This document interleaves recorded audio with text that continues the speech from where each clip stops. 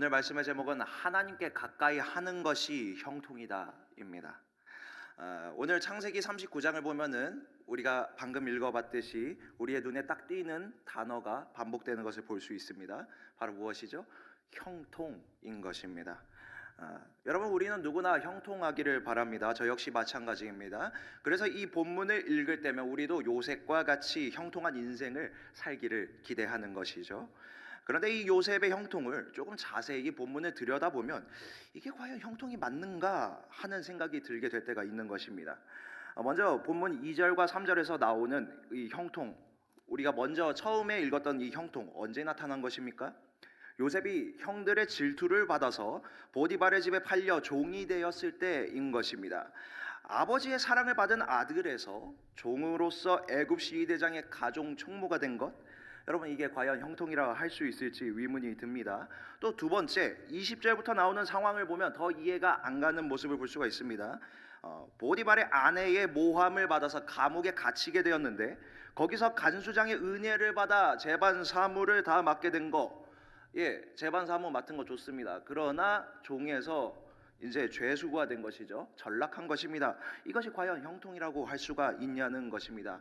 이렇게 본문을 보다 보면, 지켜보면 이런 결과가 나옵니다. 뭔가 일이 벌어지고 나서야 하나님이 뒷수습을 해주시는 것만 같아요. 물컵에서 물이 엎어졌는데 다시 행주로 물을 짜서 조금 주워 담은 게 형통이라고 말하는 것만 같습니다.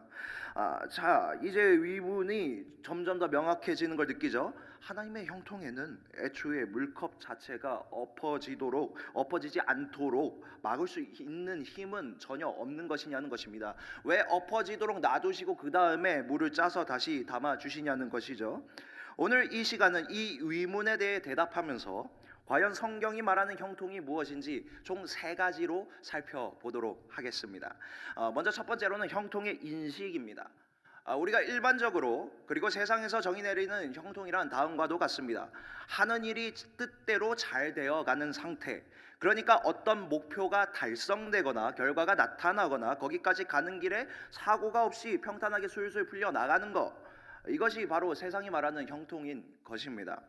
그래서 자, 여기서 우리가 잘 주목해야 될 것은 이 세상의 형통이란 정의에 대해서 우리가 볼 때에 이 형통의 정의에 있어서 주체가 누구인지 우리가 한번 살펴봐야만 하는 것입니다. 여기서 형통의 주체가 누구입니까? 사람, 바로 나 자신인 것입니다.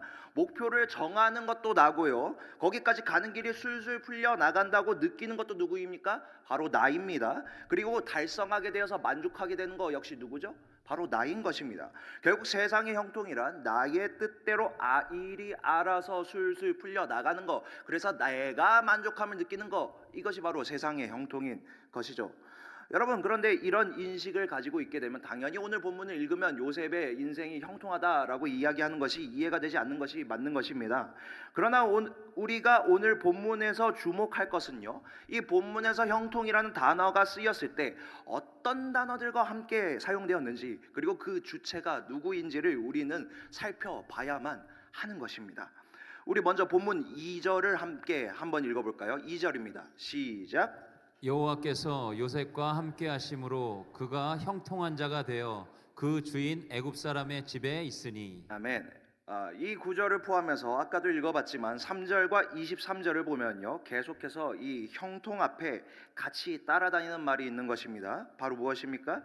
여호와 하나님께서 함께 하신다는 것이에요. 여호와 하나님과 동행하는 그 자체가 그 자체가 바로 형통이라는 것을 지금 본문은 계속해서 반복하면서 강조하고 있는 것입니다. 그렇다면 의문이 들어요. 형통이란 단어의 국어 사전적인 정의도 그렇고 히브리어 원어 뜻도 그렇고 그 뜻이 무엇이냐 하면은 뭔가 가만히 있는 것이 아니고 앞으로 전진해 나가는 것, 발전해 나가는 것, 진전이 있는 것이 바로 형통인데 어떻게 하나님과 동행하는 것 그 자체가 형통이 될 수 있습니까? 이런 질문이 생기게 됩니다. 그래서 우리는 창세기 39장 23절을 한번 읽어보도록 하겠습니다. 23절입니다. 시작. 전옥은 그의 손에 맡긴 것을 무엇이든지 돌아보지 아니하였으니 이는 여호와께서 요셉과 함께 하심이라. 여호와께서 그의 범사에 형통케 하셨더라. 아멘. 여러분, 여기서 형통하게 하시는 주체가 누구인 것입니까? 여호와 하나님께서 그의 범사에 형통케 하셨더라. 아멘. 여호와 하나님과 함께하는 인생은 하나님께서 직접 형통하게 앞으로 나아가게 하신다는 것입니다. 아멘. 그래서 시편 73편 28절은 이렇게 말합니다. 함께 읽겠습니다. 시작. 하나님께 가까이 함이 내게 복이라. 내가 주 여호와를 나의 피난처로 삼아 주의 모든 행사를 전파하리이다. 아멘. 하나님께 가까이 함이, 그래서 하나님과 동행함이 나에게 내 인생의 복이라. 아멘. 아멘. 그러니까 결국 여기서 중요한 것은 무엇입니까? 관건은 무엇입니까? 하나님과 함께 하도록, 동행하도록 날마다 하나님께 우리가 가까이 나아가야 한다는 것이죠. 그러므로 오늘 요셉의 인생에서 이집트로 잡혀온 것은 형통이 될 수 있습니다. 모함을 받아 감옥에 갇힌 건 역시 형통이 될 수 있습니다. 왜 그렇습니까? 그 시련들을 통해 더 하나님을 붙잡고 하나님께로 가까이 나아갈 수 있기 때문에 그것은 형통이 될 수 있는 것입니다. 아멘. 그러면 하나님께서 직접 우리 인생을 형통하게 인도해 주실 것이기 때문인 것입니다. 여러분, 우리가 그런데 여기서 한 가지 생각해 볼 것은요, 우리 형통의 주체가 하나님이시라는 것은요, 결국 아까 세상의 형통이란 전혀 다른 정의가 우리에게 주어지게 된다는 것입니다. 자, 형통으로 나아가게 할 힘의 주체가 내가 아니죠. 누가 형통을 인도하고 해 나가는 것입니까? 하나님이 하시죠. 그러면 주체가 하나님이에요. 그 힘을 주시는 것도 하나님이에요. 그러면 그 힘을 받아 나아가게 되는 방향과 그 목표와 그 뜻도 누구의 것입니까? 우리의 것이 아닌 것입니다. 바로 우리 주 여호와 하나님의 것인 것입니다. 이제는 내가 아닌 것입니다. 사랑하는 여러분, 우리가 신앙생활을 하다 보면 자주 범하는 오류가 있습니다. 우리가 하나님을 믿는다고 하면서 사실 우리의 소원과 기대를 하나님보다 더 높게 둘 때가 우리 마음 가운데 있는 것입니다. 내 기대대로 일이 풀려야 하나님이 되는 거고, 아니면 하나님이 그렇게 필요가 없는 거죠. 그러니까 사실은 저 세상 사람들처럼 형통의 주체는 결국 누구입니까? 내가 되는 것입니다. 그리고 하나님은 무엇입니까? 내가 형통하도록, 내 뜻대로 되도록 거기에 능력을 줄 수 있는 존재, 그 존재로서만 하나님을 인정하게 되는 것이죠. 여러분, 이렇게 되면 어떻게 되는지 아십니까? 상황이 바뀜에 따라서 좋을 때는 좋다가 안 좋을 때는 안 좋다가 바람에 나부끼는 깃발처럼 정신없이 흔들리는 신앙이 되고 마는 것입니다. 그러나 우리를 형통케 하시는 주님께서는요, 우리의 작은 기대보다 위대한 목표를 우리에게 가지고 계십니다. 그걸 향한 완벽한 계획 역시 우리에게 가지고 계십니다. 그러므로 오늘 우리는요, 우리가 바라는 형통이 아니라 당신의 뜻대로 형통을 이루실 그 주님을, 완벽하게 온전하게 이루실 그 주님을 온전히 신뢰해야만 하는 것입니다. 우리가 온전히 주님을 신뢰하게 될 때에요, 그때 주님의 형통이 여러분의 삶 가운데 펼쳐지게 될 줄 믿습니다. 아멘. 우리가 두 번째로 살펴봐야 할 것은요, 형통의 방법입니다. 우리가 하나님을 바라보며 나아갈 때에 하나님께서는요, 우리가 온전해지도록 오히려 뭘 주시냐 하면 환난을 주시고요, 그 환난을 통해 우리를 연단해 나가신다는 것입니다. 우리 시편 105편 17절부터 19절까지 말씀을 함께 읽겠습니다. 시작. 한 사람을 앞서 보내셨으며 요셉이 종으로 팔렸도다. 그 발이 착고에 상하며 그 몸이 쇠사슬에 매었으니 곧 여호와의 말씀이 응할 때까지라. 그 말씀이 저를 단련하였도다. 아멘. 여기서 시편 기자는요, 요셉이 겪고 있는 모든 고난이 하나님의 약속하신 말씀에 도달할 때까지, 그러니까요, 형통으로 가기까지 필요했던 단련, 연단이 바로 환난의 이유라고 말하고 있는 것입니다. 실제로 많은 사람들이요, 요셉은 꿈의 사람이며 수많은 고난 속에서도 꿈을 바라보며 이겨낸 믿음의 온전한 사람이라고 평가를 하고는 합니다.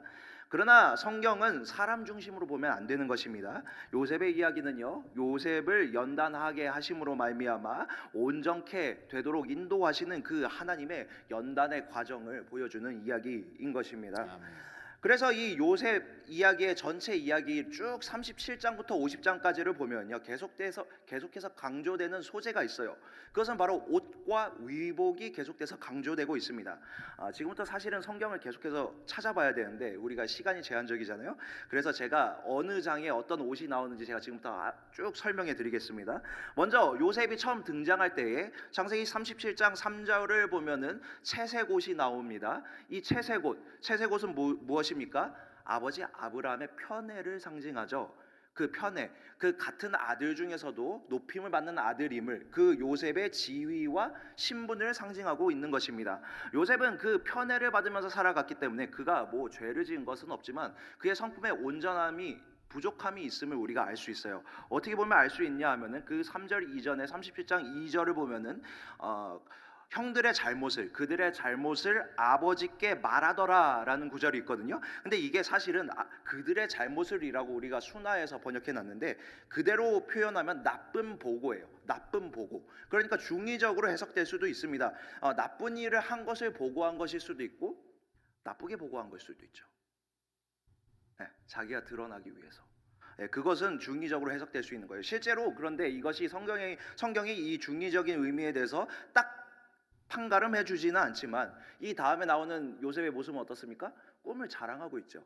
꿈을 자랑하고 있어요. 형들이 자기를 미워하는 것은 생각하지도 않고 마음껏 형들이 자기에게 무릎 꿇고 절할 것이라고 그 꿈을 두 차례나 자랑하고 있었던 것입니다. 그렇게 요셉이 그렇게 철없고 자기가 높음을 의스대고 있을 때 결국 그는 어떻게 되었습니까? 그가 결국 애국에 팔리게 되는 과정 속에서 그를 상징해 주었던, 그의 지위와 신분을 상징해 주었던 이 채색옷 어떻게 되었습니까? 형들이 이것을 벗겨버리죠. 그리고 구덩이에 던져버립니다. 그리고 이 옷이, 아버지의 편애의 상징인 이 옷이 결국엔 어떻게 됩니까? 거기에 염소의 피를 묻혀서 아버지에게 보여주는 거예요. 뭐가 되죠? 간계의 수단이 되고 마는 것입니다. 그러니까 결국 이 옷이, 채색옷이 벗겨지는 건 뭐예요? 지위와 신분, 자기가 믿었던, 위지했던 지위와 신분이 벗겨진 거죠. 그 다음에 어떻게 됩니까? 요셉이 이제 보디발의 집에서 종이 되었잖아요. 열심히 잘 섬겨서 주님의 은혜를 받음으로 말미암아 가정 총무가 되었습니다. 그리고 그 가정 총무로서 그가 입었던 겉옷은 아마도 일반적인 종들이 입는 옷은 아니었을 것입니다. 왜 그러냐 하면 그가 그 집에서 2인자, 주인 밑으로는 모든 것을 자기가 할 수 있다고 말했으니까요. 이 위복은 항상 그 권위와 권력을 상징하는 것이죠. 그런데 정작 그 겉옷, 주인이 나를 총애해 주셔서 입혀준 그 겉옷이 어떻게 됐죠? 주인의 아내에 의해서 벗겨지게 된 것이죠. 주인의 아내가 그 겉옷을 꼭 붙잡고 있을 때 그는 신실함을 유지하기 위해서 도망쳤지만은 결국 어떻게 됩니까? 그 옷으로 모함받게 되는 것입니다. 결국 무엇입니까? 사람 간의 신의가 벗겨지게 된 것이고요. 나의 열심으로 하나님께서 도와주셨지만 내가 그것에 열심히 섬겼던 그 공로들도 벗겨지게 된 것이죠. 제가 신간관계상 다 얘기할 수는 없지만 여기서 요셉이 그 아내와 통간하지 않았을 것이라는 건 아마 보디발이 알았을 겁니다. 왜냐면 아무리 소총에 받는 종이더라도요, 종이 주인의 아내와 간음을 하면은 즉시 처형이에요. 그리고 재밌는 건 40장 나중에 보시면 알겠지만 그가 갇힌 곳이 어디냐면은 친위대장의 집안에 있는 감옥이었습니다. 보디발의 집안에 있는 거죠. 네, 감옥이. 그리고 나중에 관원장들이 왔을 때, 이미 다 설명했네요. 관원장들이 왔을 때에 주인이 직접, 거기 있는 그 시위대장이 직접 요셉으로 하여금 이 관원장들을 수종들게 합니다. 그러니까 이미 알고 있었던 거죠. 그러나 체면을 생각해서 이것을 인정해 줄 수 없었던 것입니다. 그러므로 요셉이 생각했던 그 사람 간의 신의가 그냥 벗겨져 버린 거죠. 그 다음에 그 관원장들을 수종들면서 40장을 넘어가면은 이제 관원장들의 두 가지 꿈들을 해석해 주죠. 거기서 40장 8절을 보면 이런 표현이 나옵니다. 요셉이 해석은 주께 있나이다, 이런 표현이 나오죠. 해석의 주권을 주님께 인정하고 있습니다. 이 사람은 여전히 하나님을 신실하게 믿는 사람입니다. 그러나 40장 14절을 보면은 이런 구절이 나와요. 당신이 득이하거든 나를 생각하고 내게 은혜를 베풀어서 내 사정을 바로에게 고하여 이 집에서 나를 건져내소서. 무엇입니까? 해석의 주권은 주님께 있지만 능력이 계신 주님은 인 것인지는 알지만 나에게 기회가 찾아왔을 때 주님께 묻기보다는 지금 뭐예요? 지금 바로 앞에 39장에서는 항상 요셉이 형통함을 누릴 때 은혜를 하나님께서 주신다고 말하고 있거든요. 계속해서 그 형통과 함께 은혜를 하나님께서 주신다고 말하고 있어요. 근데 지금 요셉이 은혜를 어디에다 구하고 있어요? 사람에게 구하고 있죠. 그리고서 뭐예요? 건전해달라고, 구원해달라고 지금 사람에게 부탁하고 있는 것입니다. 이게 나쁜 것은 아니에요. 그러나 하나님의 사람으로서 큰 일에 쓰임 받기 위해서는 뭐가 부족한 것입니까? 사람에게 기대하고 위지하는 것, 어떤 기회가 주어졌을 때에 이것을 붙잡으려고 하는 미련이 아직 남아 있었던 것이죠. 그러나 그 결과는 어떻게 되었습니까? 결국에는 12년의 시간을 잊혀진 상태로 지나게 된 것입니다. 결국에 그가 거기서 벗어낸 것은 무엇입니까? 사람의 방법에 대한 모든 기대를 벗어내게 된 것이죠. 그리고 결국에는 창세기 41장 14절을 가면요, 드디어 바로의 앞에 서기 전에 그가 이제 인간적인 모든 것을 내려놓게 되었을 때에 마침내 그가 어떻게 됩니까? 그의 더러웠던 수염이 깎여지고 어떻게 됩니까? 옷이 다시 입혀지게 되는 것입니다. 옷이 입혀지게 되는 거예요. 드디어 인생의 주인이 온전히 하나님임을 인정하게 되었을 때 하나님께서 그 사람들의 손을 통하여 옷을 친히 입혀주신 것이죠. 그 다음부터 이제 그 인생의 주인이 오직 하나님만 되는 그 인생 가운데 이제 앞으로는 계속 옷이 입혀지는 역사가 나타나고 그를 이제 주님께서 큰 일에 사용하게 되시는 것입니다.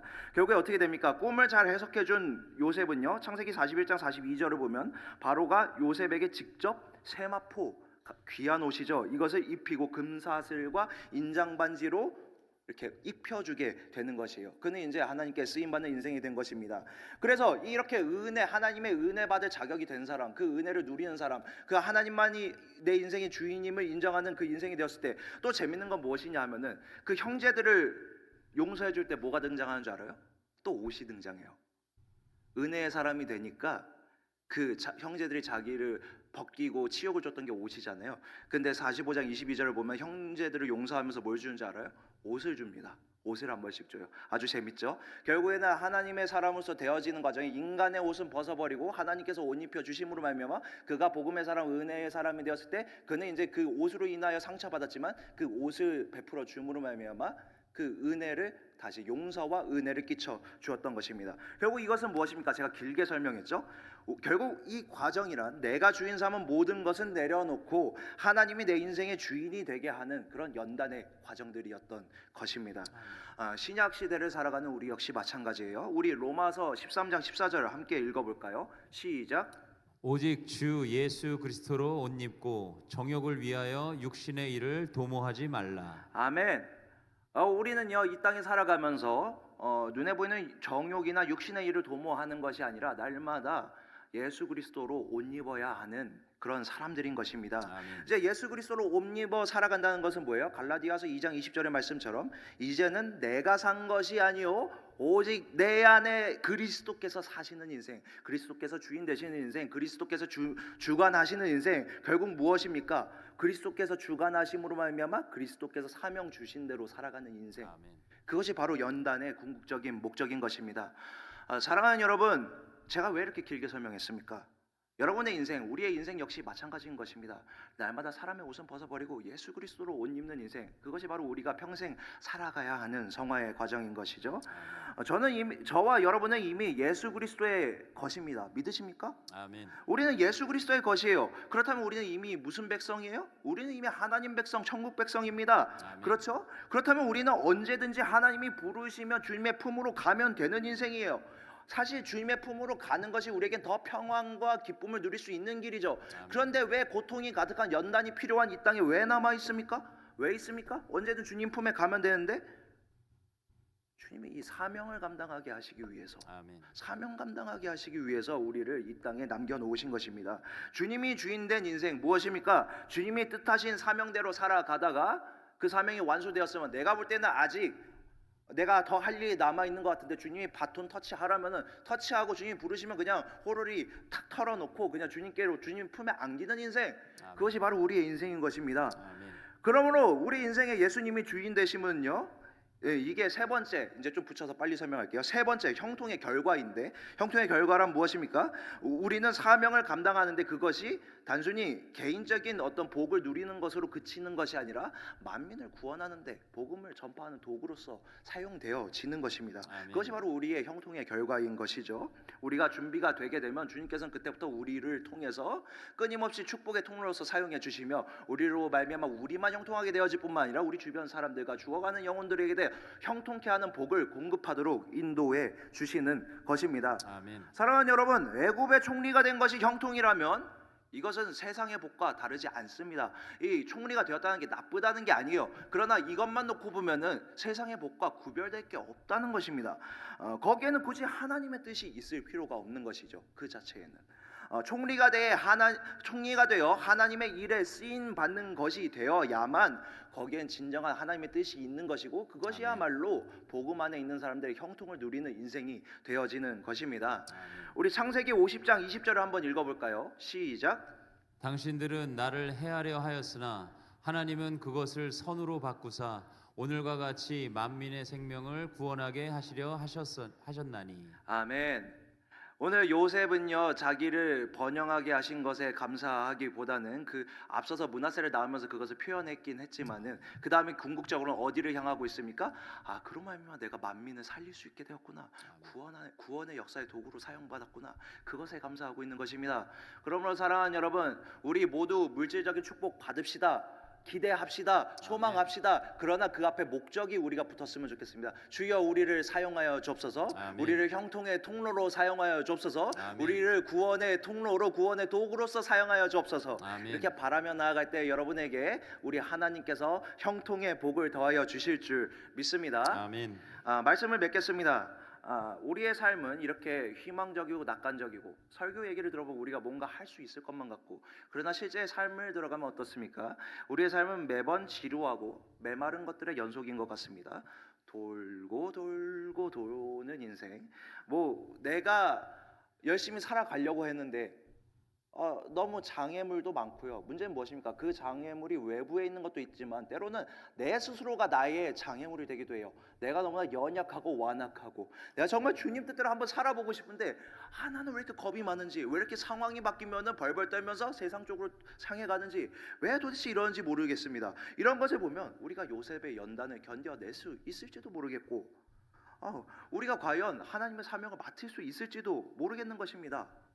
그러나 이때에 갈라디아서 3장 27절 이렇게 말하고 있습니다. 제가 읽어드리겠습니다. 우리가 아까 그리스도로 옷 입으라고 했죠. 그건 역시 맞습니다. 우리가 형화의 가정 속에서 날마다 그리스도로 옷 입어 가야 하는 우리 사람들입니다. 그러나 갈라디아서 3장 27절에 이렇게 말하고 있습니다.